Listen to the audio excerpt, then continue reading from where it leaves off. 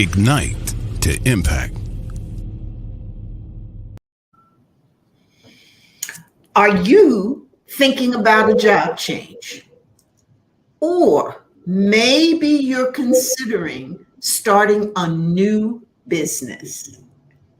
Well, today's video, we're going to talk about the 7 must-take steps to starting over and making changes, particularly if you're thinking about switching your work thing or maybe even starting something brand new. Hi. Good morning. I'm Dr. Geneva. For those of you who do not know me, welcome. I'm so glad to see you. This is Ignite to Impact Live, the best place to have conversations about inspiring a generation of leaders at any age. So, did you see the recent article that the Small Business Association of Michigan put out? They recently reported on the Great Resignation. And this is the massive transition of talent caused by a record number of job openings and a staggering number of people who are leaving jobs. So people are resigning, changing their mind, moving from place to place, and it's going on. And in fact, there were more jobs created this past month than the past 2 months combined.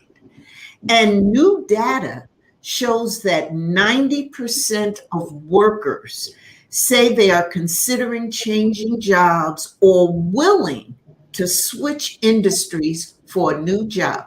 90%. So I know someone out there listening to the sound of my voice, watching this live or on the replay, is probably thinking about changing jobs. And so when they ask workers, well, why, do you feel like you need to shift jobs? Evidently, the biggest response was burnout as the reason. So, people said after a year of lots of stress, long hours, heavier workloads, and really little or no time off, and all the pandemic and everything that was going on. And in fact, Claire Barnes, who heads Monster Worldwide, states, as workers think about going back to their workplaces, they're taking stock of what's a priority for them. Certainly, health and safety is a top concern, but so is balancing career growth, family needs, and overall happiness. For many, that means starting over and making a change. Hey, so that's what I want to talk about today. And I'm going to talk about the 7 must-do things if you're thinking about making a change, whether in terms of your job or maybe even starting a new business, because this may be a time for you to turn that passion you've always had into a job and become an entrepreneur. Hey, I've done it. And so I got plenty of good gems to drop on you. But first, you may notice that I am solo today. I wanted to come and try this Ignite to Impact Live solo. Usually I have a fantastic guest with me, but wait, that's not completely true, because guess who, I've got my producer. I know you all know Tisha Hammond. She's my producer, and she is backstage always making things work. So I want to bring her on to say good morning, the small business cheerleader, Tisha Hammond. Yes, good morning, Dr. Geneva. I love the topic as soon as I heard it. The Great Resignation, it sent my head in a ton of different directions. Certainly, I was a part of that once upon a time when I had to make a decision about, am I going to continue in a career working for someone else, or am I going to pursue a passion? Yes. So I'm all into this topic. Okay. All right. Well, I'm so glad, and I'm so glad that you're still here with me, because see, this is a solo show, and so Tisha's helping me with this solo venture that I have here, and we're going to have a ball. And so I'm going to bring her in from time to time to comment and let us know what she thinks about these 7 tips. So thank you, Tisha. Thank you, Dr. Geneva. Okay. So let's get started. So if you're just joining and you're wondering what the topic is today, the topic is the Great Resignation, the 7 must-take steps to starting over and making change. So these are the things that I think you must do. Okay, so first let's start with tip number, so these are, as I said, 7 to-dos. And the first one, and this is my favorite one, make a PAP. PAP, personal action plan. Now, if you don't have a personal action plan, you need to. And this is a guide for you that helps set your direction, helps create a vision, and helps you imagine your future and then be able to put that future into reality. And it's something you can think about in your head, and that's good. For us to sit and dream and imagine, and all of that's good, and then we think about the things we need to do, and that's good too. But putting it on paper and actually creating a step-by-step process is gold. And so as you're thinking about making change, changing your job or whatever it is, starting a new business, traveling more, whatever it is, whatever change you're thinking about making, you need to have a personal action plan. Now, listen, I got a real great thing for you. The Michigan AARP asked me to develop training sessions for people who are interested in creating their own personal action plan. And I did that. And you can run over to my YouTube channel and you can see it there. It's a step-by-step instruction. I break it down into 3 parts. And I want to give you a heads up for the 3 parts because it all fits into what we're talking about today. So the first part is you do need to imagine your future. You need to figure out what it is that you want to do, what you want to be, what you want your future to look like. And that ideal future, there are very specific ways that you can create that and make that come real. And then the second step in the second training session that I did was how to set your goals, how to make that what you dreamed about come real. And there's some very specific tricks and tips and specific techniques that in fact make this possible. So that's the second session, which is all about goal setting. And I do goal setting that's real, real-time goal setting that's been tested, tried, and works. Okay. And then the third piece, and this is something that I find that a lot of the training or things you read about setting goals and doing vision don't really include, and that is how, in fact, you can be accountable and how you keep yourself cared for during the process. So it's a real great 3-part session. I want you to go over and do that. But at the end of the day, the bottom line is that you need to have a personal action plan. That's a must step to do if you're starting over and making any changes. Then secondly, I want you to do a TSA list. Now, what's a TSA? Hey, well, we ain't gonna take a trip on a plane, but this is talents, skills, and accomplishments. So I want you to, pull out a piece of paper or get your journal, but that's even better, journals. Pull out a piece of paper and take some time in doing this. And on one page, put T for talents. And then get another piece of paper and put S for skills. And then get the third piece of paper and put A for accomplishments.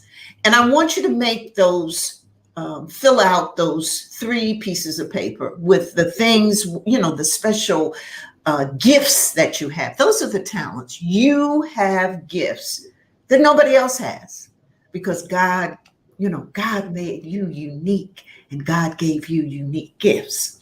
And so put those gifts down, 1 or 2 of them.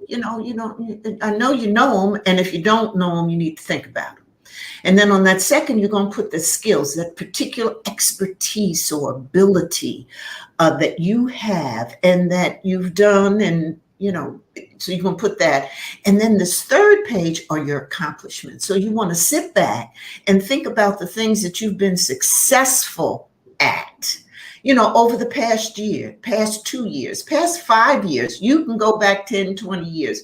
It doesn't matter. But you have accomplished things in your life, and you want to write them down.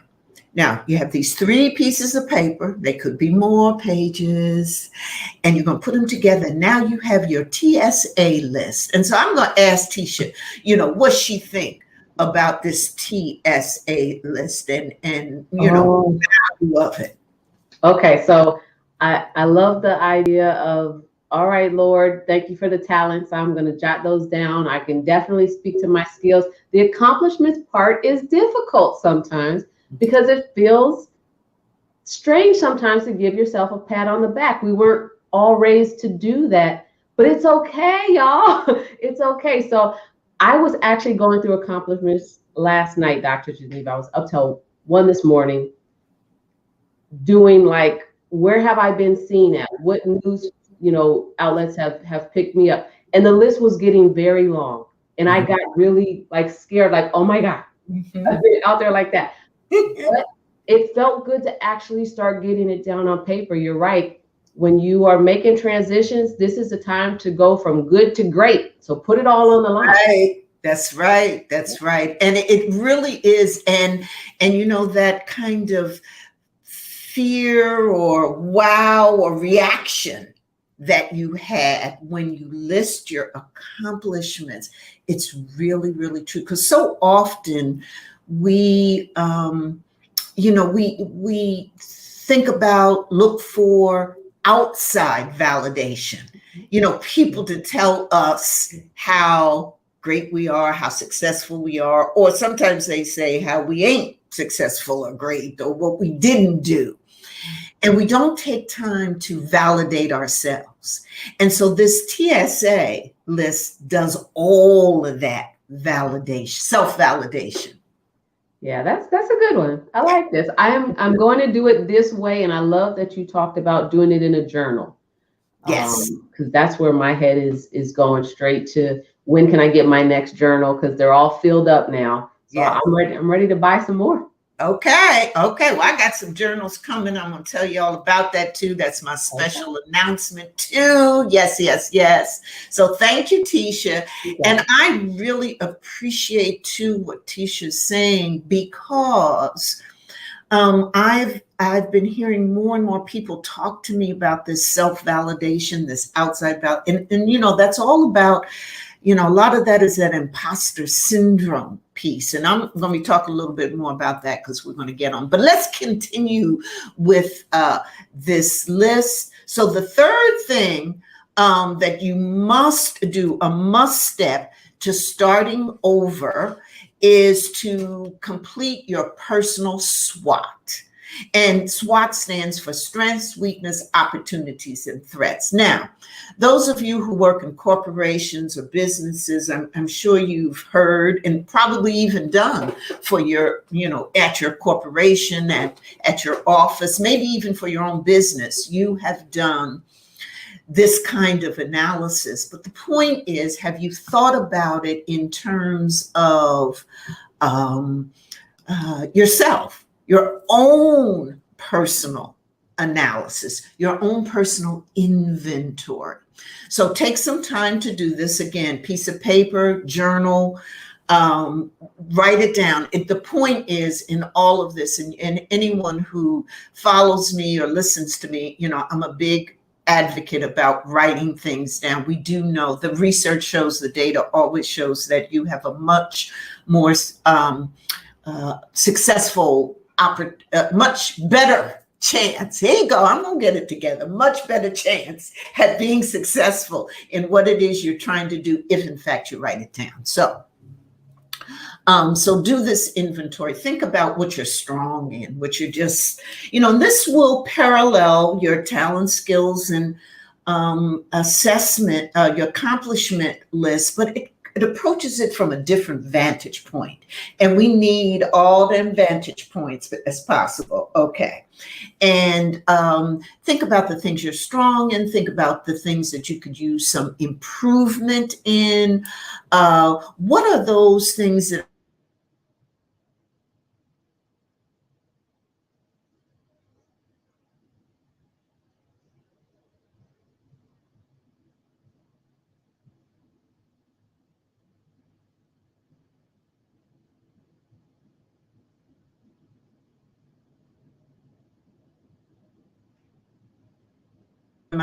there we go. Okay, I'm bringing it back on. Okay, so we were doing some internet, something, whatever. Yes. But you get that number 3 about the personal inventory.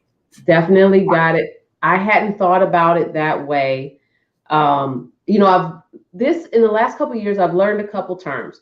A personal board of directors, a personal board of advisors, and we're bringing things personal. It's getting real micro and granular, and the focus has got to be on us. So I like this idea of doing a personal inventory, and I think I like it better than SWOT, because the word threat and SWOT, I have to take some stock as to what that means. So what is the threat of, when it comes to the personal SWOT? What's an example of the threat? Well, it could be that if you're going to start a new career, let's say, or start a new business, that maybe you don't have the capital for it. And so you feel that, well, I can't, I can't start it. I don't have the money. That's a threat. And, it won't let me do something. And so that's how, when we think about it personally, the opportunity is, oh, these are the chances that I have. The threat part is, there's a barrier there. There's an obstacle there, something that won't let you do what you want to do. So that's how you think about it from a personal lens. Yeah, I like that. And it makes me think that when we take the time to really inventory or identify and put on paper in writing what our weaknesses are, that's not negative. It's a way of saying, hey, we recognize these aren't our strongest points. Maybe we can find someone to complement them. Maybe we can develop a skill to complement them. Go into some personal development, professional development training. I know you offer those kind of things, Dr. Yes. So this is really eye-opening for me. I've looked at the weaknesses and threats part of SWOT in a negative lens before. And I certainly wouldn't want to turn a negative lens on myself. So this is helping me kind of reframe that narrative. You're pretty good at doing that. Thank you. All right, so I appreciate that. Okay, so I love kind of this input we're getting, and thank you so much. So the next must take step, if you're making a change, if you're thinking about changing a job, what have you, is to research. Now, this is something that you can do. I mean, you Google everything else. Okay, so doing this for you and for planning out your next move or making a change, or if you're going from one industry to another, let's say you've been, well, like for me, I was for 40 years in the nonprofit world, and that's what I did. Worked in communities, worked in neighborhoods, volunteerism, worked with people, raised money for social issues and social needs. And then when I decided I wanted to make this transition, this switch to becoming an entrepreneur and establishing a leadership and professional development company, I had to do a lot of research on it. And so I was an expert in one field and I had to become an expert in another. And so a lot of that was researching, learning, watching videos, talking to people. And so the research isn't just the Googling and hearing, but talking to people, getting out there, hearing places, going to seminars, going to webinars. The point of this is whatever it is that you're moving to, whatever the new change is, the new environment is, you want to prepare yourself with information. You want to know and grab as much about that, this new move that you're making. Try to grab as much information as possible. So do that research, make it matter to you and dive into it. And oftentimes when you're doing the research, you're going to find a lot of things. And, some of it may be that, well, perhaps, I need to do something else. So research, and do that. And there's so many tools available. And the other thing is, don't stop doing that learning either. So thank you again for, being here. If you're on the live, drop your comments about whether or not you're getting ready to make a change or want to make a change. And if you're on the replay, would love to hear about it. And again, we're talking about the 7 things you must do if you're going to make that change. Okay, so here's number 5. And this is a biggie.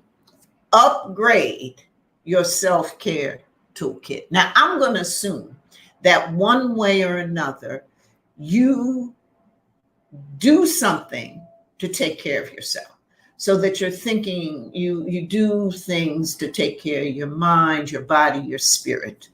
You recognize that there's different areas of self-care, and you're doing something in each of those areas, or at least one area. You're doing something about your self-care. When you make a change, if you're thinking about a transition, it will be probably a little stressful.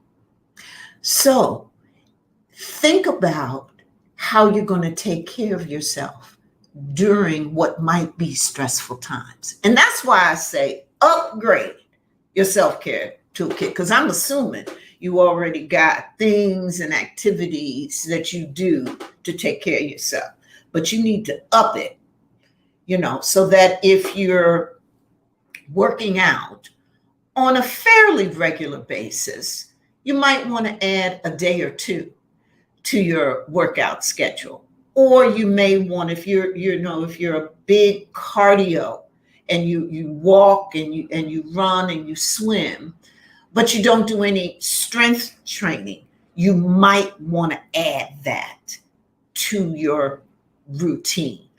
Or if you meditate, if that's part of your self-care routine, you might want to extend your hours. Maybe you meditate in the morning, so you might want to add in the evening. Maybe you want to start going to a yoga class where you do your stretching and your yoga and you meditate with others. But whatever it is, think about upgrading, upticking, adding to, enhancing whatever you do now with self-care. Do a little bit more as you're making these changes, because I'm telling you, it's going to be a stressful time. Then this one, refresh your social media presence, I think belongs on our list of 7 to-dos before you make a change. And I say refresh because, again, this is one of those things. I'm assuming that many of you who are listening to me live or on the replay, you have some kind of presence on a social media platform, if it's 1 or 2 or several. At least you got a presence here on LinkedIn. We know this. But what I'm suggesting that you do is that you go to all your platforms, however many you're on, and look at them, relook at them with a new eye, because you're getting ready to do something new and different. And so how are you positioned on those social media platforms? So I'm going to ask Tisha to give what she might think of this tip about refreshing your social media presence. Okay, so if 90% of people, is that the statistic? 90% of people are looking to do something else, to make a change, to make some kind of transition. That's right. Everybody's a social media company right now, so you have all the opportunity in the world to create the narrative you want people to know and see about you, right? So if you're leaving one place of employment to look for a different opportunity in a new place of employment, that employer is looking on your social media profile. Absolutely, because whenever you go at any place or do anything, people, the first thing they do is Google you.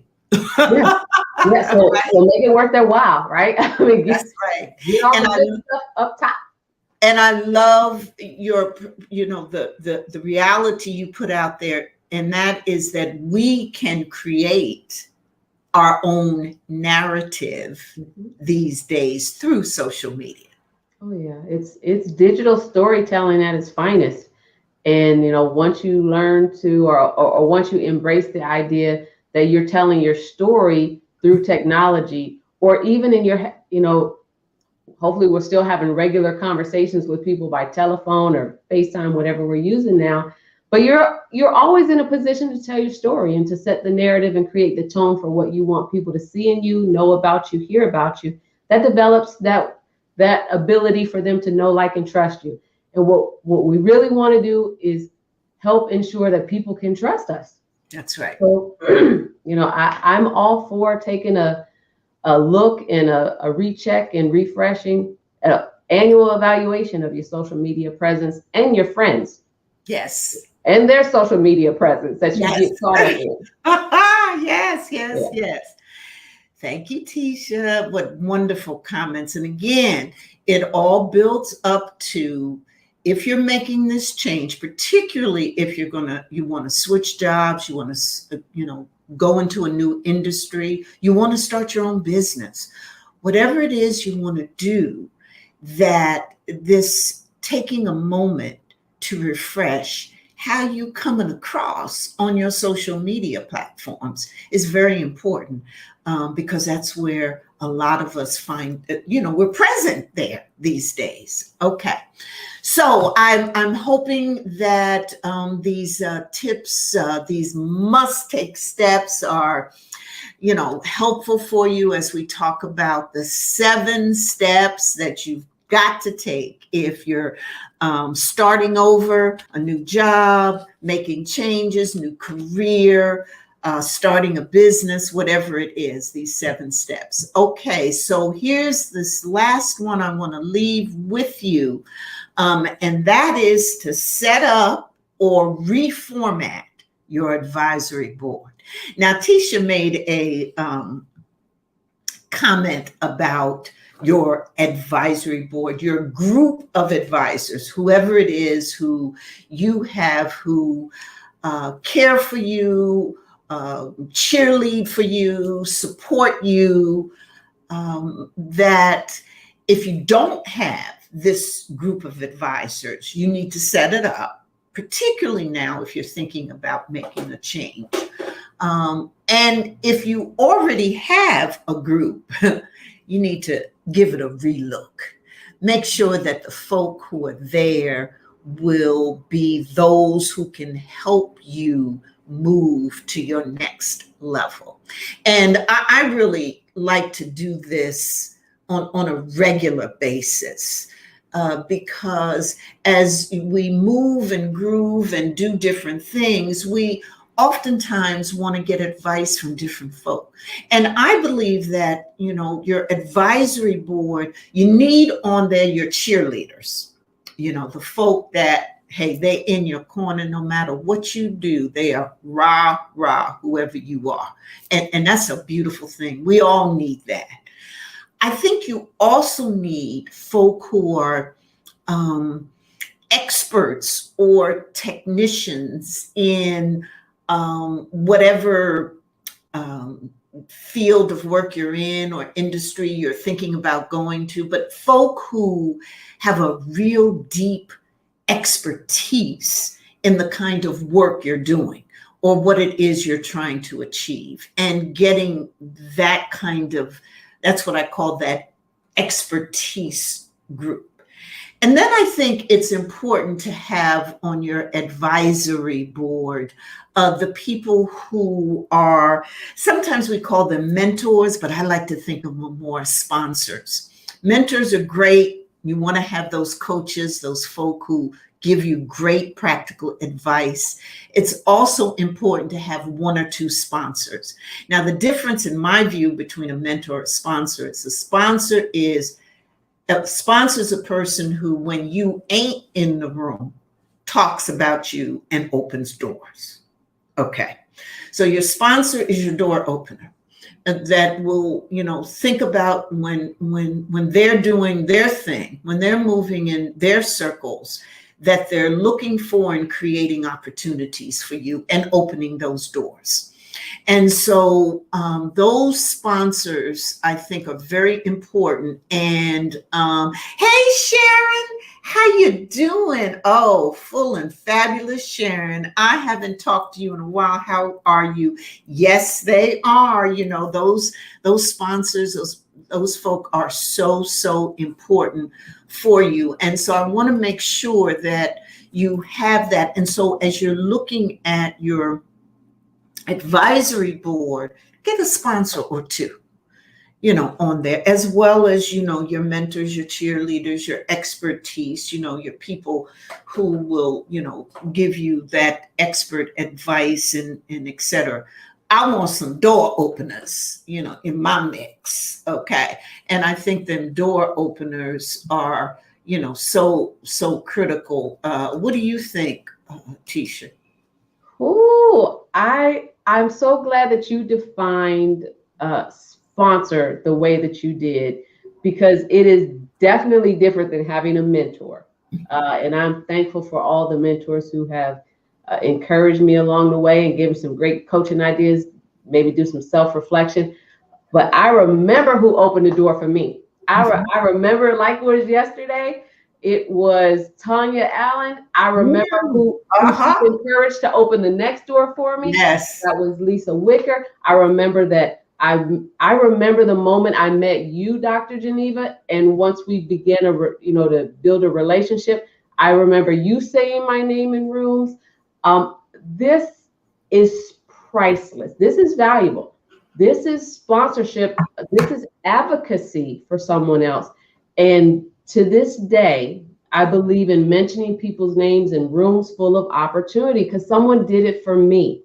You got to turn that around and do it for the next person or the next people, particularly if you're in a position of power and influence. You have to. Exactly. It's not optional. You have to. Exactly. That is so important. And Tisha, thank you for bringing that to us. Yes, I am, my dad always told me that, he proud of me and what I would do. And he would always tell me he expected great things. And I loved hearing all of that. But he told me that, as I move along, I need to remember that I'm there by the grace of God, and I have a responsibility to bring others to the place that I am. And so as I began my career, starting through the United Way, I just made it a mantra of something that I did, always looking for opportunities for others, and particularly those who I knew needed a special door crack or an opening, wherever it was. And so sponsorship has become something that I deeply believe in. And I think it works. And if you can find one or two sponsors, that's how I made it through and got into so many different places, was because people were in rooms that I wasn't in and they was talking about me. Okay. And so you need at least one good sponsor on your advisory board. So listen, those are the 7 to-do, must-take steps to starting over and making changes. But you know what? I'm going to come back on here. You know, Tisha, I got to come back on here and I'm going to give a bonus step as you're looking at your transition and thinking about it. And that is, I want you to, as you're going through the hustle and bustle, as you're being excited about new adventures, as you're one of the 90% who says, I am looking for a change. I'm going to switch my jobs. I'm going to do something different. I want you to, for a moment, think about finding and giving joy as an essential step in starting over and making change. And so what do I mean by that? There's this Egyptian saying, occurrence. The Egyptians believe that as you move into the afterlife, that you're asked to answer 2 questions.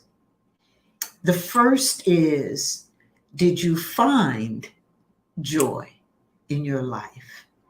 And the second question is, did you give joy? And I think this process of finding and giving joy is what really makes a lot of what life is about worth living. I think it's an essential ingredient to your best life. And while I know we're interested in, making that money, bringing in that income, having that influence, giving that impact, that your ability to find happiness in what it is you do and who you are, and your ability to give that happiness, that joy, give a smile to someone, light up a young person's life or light, just have it smile on their face. All of that is part of this best life. And so as you're thinking about making these changes and starting over, remember that finding and giving joy should be on your priority list as well. And so as you're thinking about that new job, ask yourself, is it really going to bring you joy? So many of us found out during the pandemic, when we were in home, locked in, stay in shelter, gave us a chance to really figure out what was important in life. Finding and giving this joy is one of them.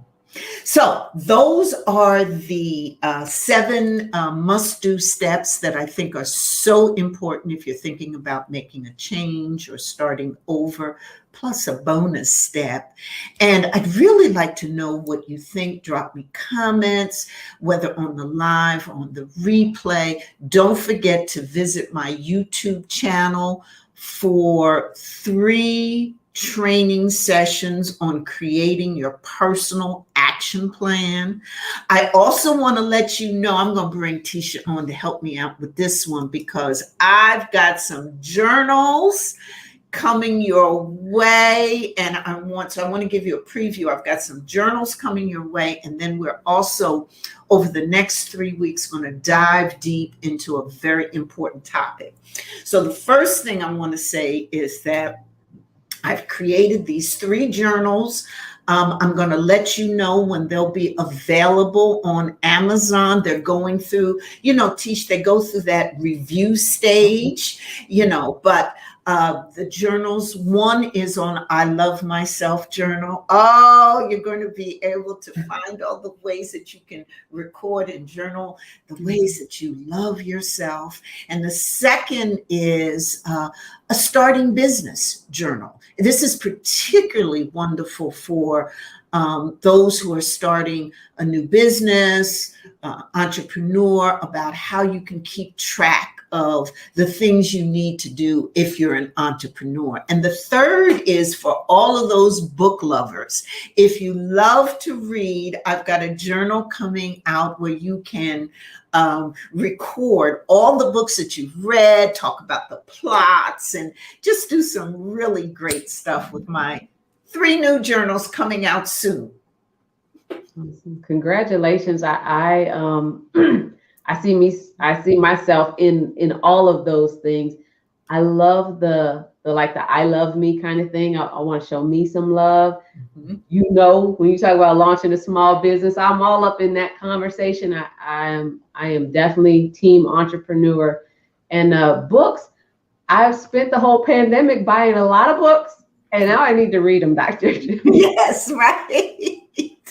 And this way, in that journal, you'll be able to keep a record of a journal of what you've read, what you like best about the plot, other books that, and then I put in there a list of books that you want to read. You know, sometimes how you hear about books and you say, "Oh, I want to read that," and then but you don't have a place to record it or put it down. Well, this journal will allow you to do that. So I'm excited, and we'll talk more on Ignite to Impact Live about these journals, and I'll make sure I let everybody know when they're available.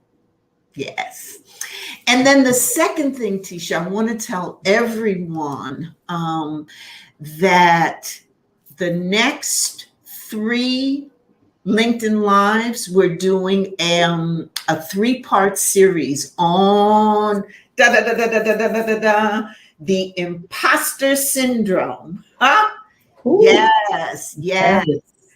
Yes, I'm so excited about, and this we'll do have these 3 great conversations with Peace, who is an human resources expert, an executive leadership coach, and an executive, corporate executive who's had tremendous experience and expertise in dealing with this issue. And so we're going to have the next 3 Wednesdays focused on that topic, Tisha. All right. I know it's going to be a heavy hitter, and I'm glad that you spaced it out and given some time for that conversation. Because from Facebook to LinkedIn and all the sites in between, we need people tuned in for that because it's relatable. We're all going through it, whether we want to admit it or not.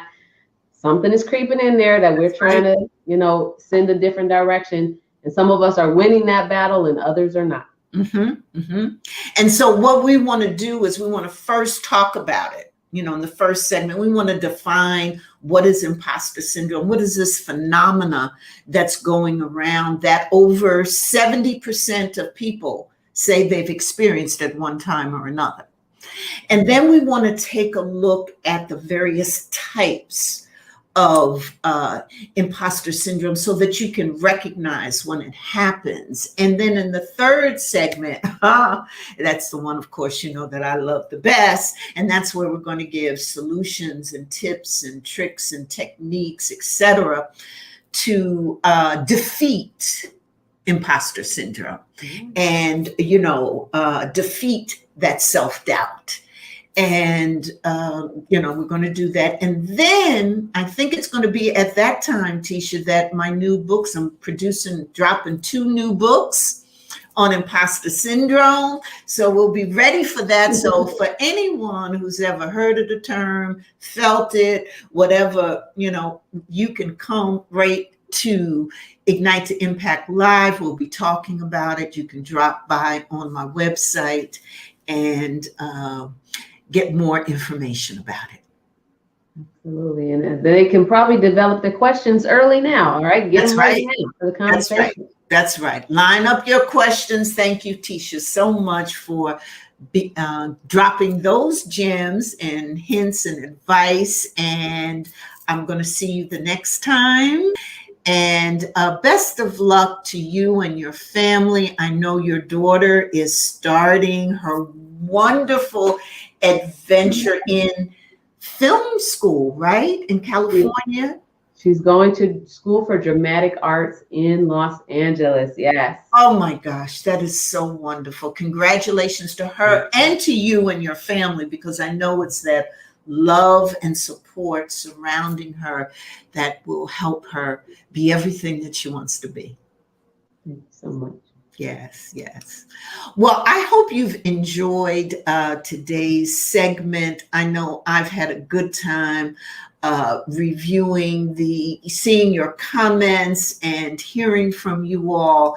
And and Sharon said, oh, good. So Sharon's working on a new transition.